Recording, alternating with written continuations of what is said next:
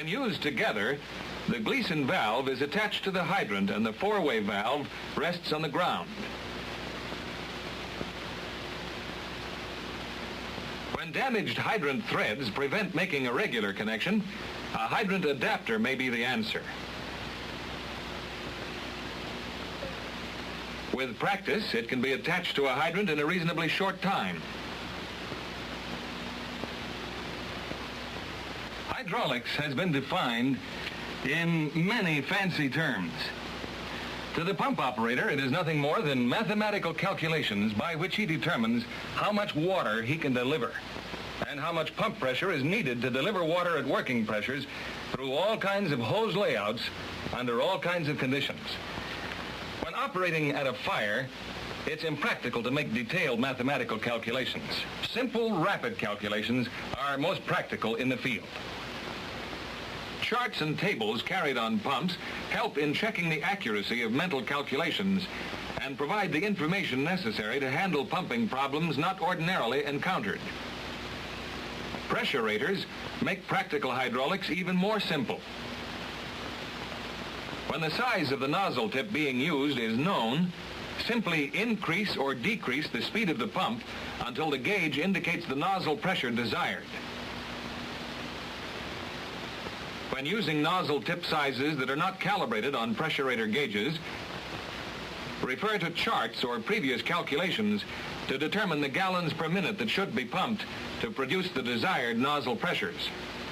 Pump operators may have to supply water to anything from a quarter-inch tip on a 1-inch line to several lines connected into a wagon battery. He should know where each of his discharge lines lead. When pumping into both hand lines and heavy appliances, feathering of discharge gates may be necessary to balance pressures. If apparatus is equipped with pressurators, it is easy to set discharge gates for proper pressures. Otherwise, operator will have to rely on judgment. An engineer may be called upon at a moment's notice to handle more lines or to help replace broken lines or sections.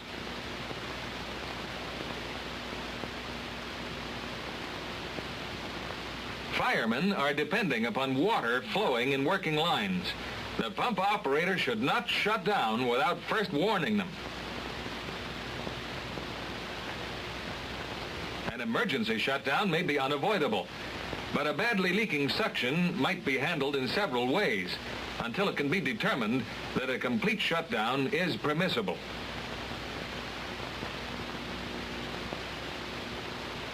A good engineer thinks of the firemen manning the hose lines. He is concerned when they are in hazardous positions or where excessive pressures could be dangerous.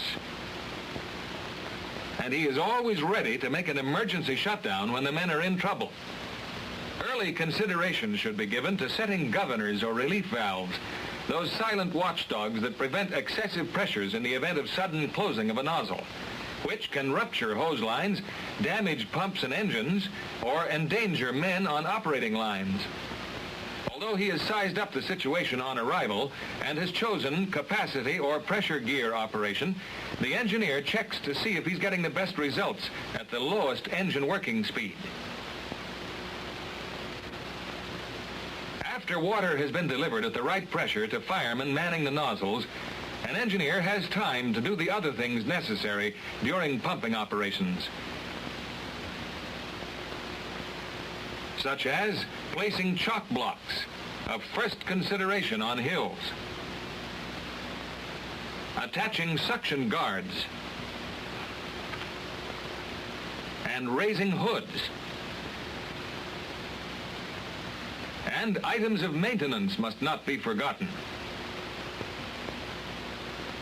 On apparatus equipped with a pump transmission cooler, keep it cool.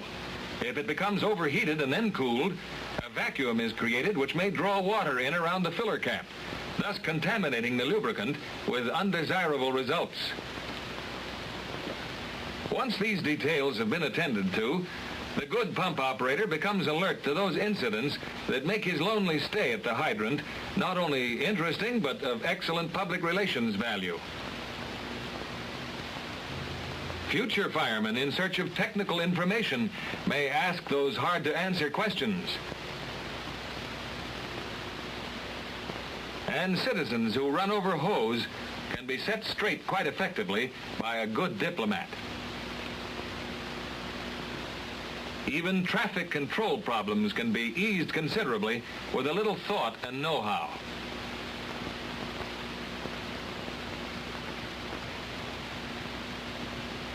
After a fire is out, everything should be placed in readiness for another response before returning to quarters. Back at quarters, an engineer should immediately replenish his gasoline and oil supply, lubricate discharge gates, priming pump, and other items, flush main pump, priming pump, and other equipment if used with salt water, make a thorough check of his apparatus and equipment,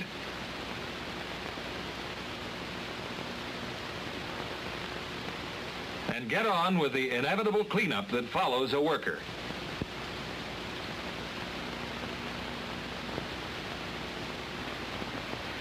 Now, let's backtrack for a moment and reconsider the most important things a good pump operator needs to know and do. He must know his apparatus, its characteristics, its maintenance, how it drives and handles, how his pump operates,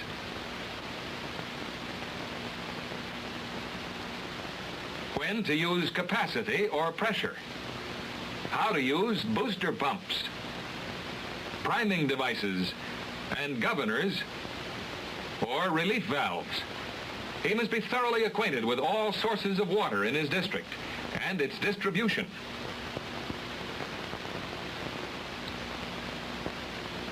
As well as how to obtain water from any available source.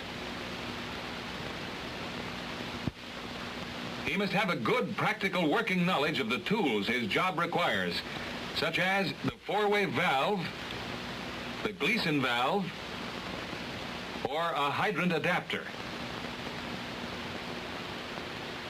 A knowledge of practical hydraulics is highly important, as well as the ability to make rapid calculations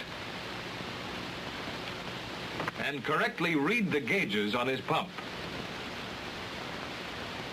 A good pump operator must be able to deliver water and plenty of it.